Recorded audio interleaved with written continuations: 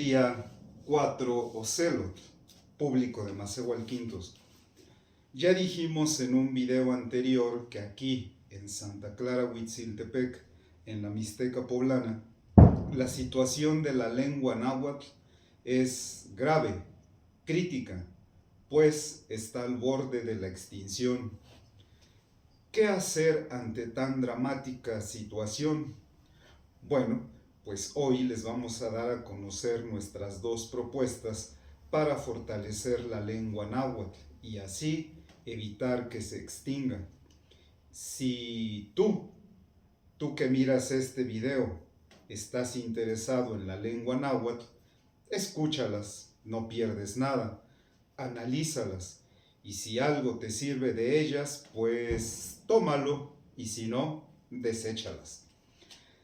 Bien lo sabemos que nuestras dos propuestas, no son gran cosa, y que su único valor está en que no son resultado de una ocurrencia, sino de nuestra propia experiencia. O sea, que no son teoría, sino práctica. Nuestra práctica aquí, en nuestro pueblo, en nuestra realidad. Una vez aclarado lo anterior, vamos a la primera. En cuanto a la escritura náhuatl, Santa Cruz Huitziltepec es nuestro pueblo vecino, está apenas a un par de kilómetros. Ahí en ese pueblo todavía se habla mexicano, y hace unos días me enteré que, ya sabía que ahí hay un consejo de ancianos, pero que este consejo de ancianos que se conformó ahí tiene el interés de enseñar y de rescatar la lengua náhuatl, enseñándole a las generaciones nuevas, pero que hay un pequeño problema porque pues no saben cómo escribirlo. El náhuatl antiguamente tenía su propio sistema de escritura, que es el tlacuiloli, que algunos conocen como las palabras pintadas, o sea, las pinturas de los códices. Pero pues estos códices fueron quemados por los conquistadores españoles y solo sobrevivieron algunos, y la mayoría de ellos se encuentran en museos en el extranjero. Aquí, en esta región, ya hemos dicho que hay un libro completo, cuyo original está en el Vaticano, en la Biblioteca Apostólica, y se conoce comúnmente como el Códice Borgia. Los conquistadores españoles que llegan aquí, pues escribían su lengua, el castellano, con el alfabeto latino, pero ahí hay que aclarar que ese alfabeto no les pertenecía a ellos, o sea que ellos no lo inventaron, sino que lo adoptaron y lo adaptaron a su lengua. Originalmente el alfabeto latino pues es con el que se escribía el latín, el idioma de los antiguos romanos, y ellos, los romanos, pues tomaron el alfabeto griego como base para desarrollar su propio alfabeto. Con el tiempo, la caída de Roma, la Edad Media y todo ese proceso histórico en Europa, muchas lenguas en Europa adoptaron el alfabeto latino para escribir sus propias lenguas. Ahí está el italiano, el francés, el portugués, el alemán y más. Pero la cosa es que actualmente no solo se usa el alfabeto latino en Europa, también se usa el alfabeto cirílico y el alfabeto griego. ¿Alguno de ustedes ha visto cómo escriben los rusos? Pues bueno, utilizan letras que en el alfabeto latino no hay. Entonces, cada una de las lenguas que ha adaptado y adoptado el alfabeto latino ha creado sus propias reglas. Como ejemplo daré el alemán, en el que lo que nosotros conocemos como la V o la B chica, como le decimos, se llama FAO y siempre se pronuncia como una F. Entonces la palabra esta, la empresa automotriz, aunque aquí muchos le dicen Volkswagen, correctamente se pronuncia Volkswagen. Otro caso es el del italiano, en el que toma la letra C antes de la I y la E y la pronuncia como ch. Entonces hay palabras como chiao, certamente, o este nombre Cecilia, y así. Entonces, lo más chido del alfabeto latino es que es fonético, o sea que cada letra representa un sonido, se juntan las letras, se juntan los sonidos y dan por resultado una palabra. Pero pues el problema siempre vienen siendo las excepciones. Entonces, en el caso del español, doy un ejemplo, está la letra G y con esa escribimos, por ejemplo, gato. Pero esa solamente suena G suave cuando va antes de la A, la O y la U, porque si después de ella va una E o una I, pues ya se pronuncia G o G. Y si queremos escribir G o G, pues hay que ponerle una O en medio. Y si queremos decir güe, pues hay que ponerle diéresis a la U. Y yo aquí en esta aula he enseñado a niños a leer y a escribir y me doy cuenta de cómo esto les causa problema, dificultad, confusión, porque dicen, bueno, la G y la E deberían sonar G, y si llevan U en medio, pues debería decir güe. Bueno, pero el caso más extremo de todos los idiomas que han adoptado el alfabeto latino, pues es el del inglés. Aquí tenemos un libro que es como una obra de teatro, se llama Pygmalion. El autor es George Bernard Shaw. En este él hace una crítica muy dura, muy fuerte al idioma inglés. De hecho, si no mal recuerdo, empieza diciendo The English have no respect for their language. Y bueno, su crítica va en el sentido en que no hay correspondencia entre cómo lo escriben y cómo lo hablan. Entonces piensen que son, en el idioma inglés, tienen 11 sonidos de vocales diferentes, pero el alfabeto latino solo usa 5 letras y entonces con eso se las arreglan ahí para escribirlas. En el caso de las consonantes hay cierta correspondencia, pero no para todas. Hay varios ejemplos, ¿no? La TH a veces se pronuncia the y a veces o la GH que a veces se pronuncia F y a veces de plano ni se pronuncia. Pero bueno, en el caso concreto del náhuatl, los primeros que lo escribieron en alfabeto latino fueron los frailes franciscanos, ya luego llegaron otras órdenes religiosas y bueno, cada uno lo escribía a su propia manera. Entonces hay como que diferencias en la escritura, aún en la época, en el siglo XVI, cuando la conquista española.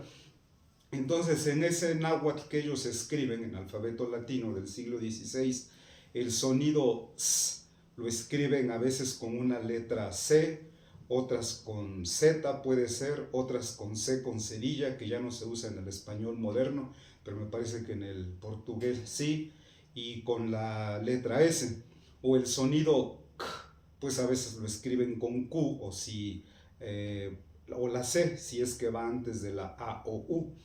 Y bueno, en general, pues la manera de escribir el náhuatl, el idioma náhuatl, pues ha ido cambiando desde el siglo XVI con la conquista hasta el siglo XXI.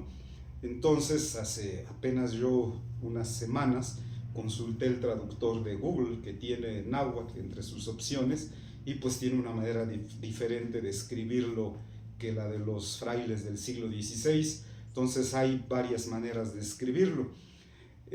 Aquí en la Escuela Autónoma Emiliano Zapata, pues sí, pensamos que podemos usar el alfabeto latino, pero pues no tiene que seguir las reglas del español. O sea que el idioma náhuatl puede adaptar y adoptar el alfabeto latino para él mismo, sin seguir las reglas de los otros idiomas. Entonces aquí en nuestra aula nosotros hemos desarrollado nuestra propia manera de escribir el náhuatl, que pensamos que tiene que ser la más sencilla, la más fácil, la más lógica, la más coherente. Entonces, bueno, aquí están las vocales y las consonantes que usamos. Entonces, en nuestra manera de escribir el náhuatl, todo sin excepción, lo que suena K, lo escribimos con una letra K, y todo lo que suena S, lo escribimos con una Z. Originalmente pensábamos escribir el sonido ch como una C, independientemente de qué vocal viene después, pero pues yo me di cuenta de que causó, pues no sé, como que ciertos problemas con los niños, se confundían. Entonces, bueno, entonces opté por mantener la CH como el sonido ch. Y bueno, en general aquí están la X, que la escribimos para las palabras que se pronuncian sh, y bueno, así cada una, las correspondientes. Y entonces en nuestra manera de escribir, pues ya no hay tanta confusión, porque así como se escribe, pues así es como se lee. Y nos funciona esto que estamos haciendo aquí en esta aula. La respuesta es que, pues claro, por supuesto que sí, porque aquí pues vienen alumnos, yo escribo en el pizarrón palabras, oraciones en náhuatl, los alumnos las copian en su cuaderno, las leen y las escriben y las pueden leer sin problema alguno. Entonces, aquí la manera que encontramos para acercarnos al náhuatl, pues fue cantándolo, no tanto así como dar clases de gramática o algo así, sino cantándolo. Y todo tipo de cantos, cantos viejos y cantos actuales. Por ejemplo, hay un canto que viene en el códice de aquí de Cuauhtincha, en la historia tolteca chichimeca o los anales de Cuautitlán, como se conocen comúnmente, que fue escrito en alfabeto latino en el siglo XVI, pero que ahí registra un canto que es pues de hace como 1000 años. Bueno, pues ese canto lo hemos cantado aquí, lo escribimos en nuestra forma de escribir y con los niños pues lo hemos cantado aquí. Y hasta cantos mucho más recientes como ese de Atlamitlazotli, que es el amor eterno, el de Juan Gabriel. Entonces, pues así es como hemos encontrado la manera de acercarnos al náhuatl. Aquí vienen niños, han venido niños, jóvenes, adultos. Como digo, yo lo escribo, ellos lo copian en su cuaderno, lo escriben, lo leen, lo aprenden y pues lo cantan. Entonces, por ejemplo, hace un año, un grupo de niños de aquí del pueblo fuimos a cantar aquí a la primaria local, a la Aquiles Cerdán, allá por más o menos las fechas de Día de Muertos. Cantamos esta canción de Inchocani, la versión en náhuatl de La Llorona, y pues todos se sentaron aquí, la escribieron, la ensayamos, la cantamos, la estudiamos. Y ya más recientemente, apenas en octubre pasado, por las mismas fechas, con señoras, madres de familia del Jardín de Niños Gavino Barreda de aquí del pueblo, pues cantamos ahí en el centro, hicieron una especie de kermés, cantamos un canto que se llama Icnocuicat, y pues las señoras lo mismo, ¿no? Escribieron en sus cuadernos, lo leyeron, lo practicaron y lo cantamos. En conclusión, el alfabeto que usamos aquí, nuestra forma de escribir el náhuatl, funciona y está en uso, lo usamos aquí. Con este pues se escribe, se lee y se canta en náhuatl. Bueno, y nuestra segunda propuesta es en cuanto a la gramática del náhuatl.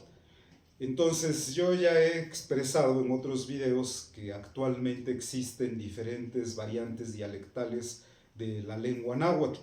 Y bueno, la cosa es que no solamente cambia el vocabulario, o sea que en algunas regiones usan unas palabras, en otras usan otras, sino que también cambia la estructura misma de la lengua. Yo he escuchado lugares donde ya usan las preposiciones en español, por ejemplo, para decir de, para, pues ya se usan esas ya dentro de la lengua náhuatl. Y también se dicen palabras ya en español que pues bien pueden decirse en náhuatl. Entonces pues hay ahí un problema, ¿no? Con las diferentes variantes dialectales del idioma náhuatl. Entonces, para alguien que quiere aprender el náhuatl, como que debe hacerse la pregunta de, ¿pero cuál de las variantes debería aprender? En nuestro caso, que ya explicamos que aquí ya se ha dejado de hablar, que solamente mantenemos un vocabulario respetable, pues es obvio que el náhuatl que deberíamos de aprender es el de aquí, de nuestra región, donde todavía se habla, por ejemplo en Atoyatempa, en Huatlatlauca, en Santa Cruz Huitziltepec, pero también nos hemos planteado que, bueno, y si ese náhuatl, pues ya está contaminado, ya está corrompido, ya está un tanto degradado. Entonces, ¿cuál debería ser entonces nuestra fuente para aprender el náhuatl? Y bueno, pues caímos en la cuenta de que no solo nosotros, sino todos los pueblos nahuas necesitamos algo firme, algo de que agarrarnos, sostenernos, una raíz, una base, una especie de columna que va a sostener todo. Y en esa búsqueda pues lo encontramos. Y esto que encontramos es un texto intitulado Cuicapeucayot. Entonces este Cuicapeucayot es un teocuicatl, que quiere decir un canto sagrado, y es original y es auténtico. Este canto fue trasvasado al alfabeto latino por los ayudantes nahuas de Fray Bernardino de Sahagún en el siglo XVI. Es el primero de una colección que se llama Cantares Mexicanos, que editó la UNAM no hace mucho, en 2011, y el manuscrito original se encuentra en la Biblioteca Nacional. Entonces este canto, el Cuicapeucayot, a diferencia de otros que están en esa colección, no está contaminado por el español, por interpolaciones cristianizantes. O sea que es un canto puro, auténtico, original. Y tan solo su título, para no ir más lejos, es, por decirlo menos, revelador. Cuicapeucayot. Bueno, pues en náhuatl, cuicatl significa canto, canción. Pewa es el verbo empezar, y hay una manera de hacer los sustantivos abstractos. Por ejemplo, mexica es alguien que es de México. Si decimos mexicayot, quiere decir lo relativo a los mexicas, o sea que luego lo traducen como mexicaneidad. O por ejemplo, si dijéramos siwat, mujer, si decimos siwayot, es lo referente a la mujer, lo relativo a la mujer. Entonces peucayot se entiende que es algo así como la principiedad, lo relativo al principio, al comienzo. La palabra peucayot aparece registrada en el diccionario de Alonso de Molina, que pues esta es una fuente obligatoria para cualquier persona que quiera aprender, conocer el náhuatl del siglo XVI. Entonces él, el franciscano, lo traduce la palabra como comienzo, principio de algo y base de una columna. Entonces hay varios intentos de traducir esta palabra, Cuicapeucayot. He leído varias.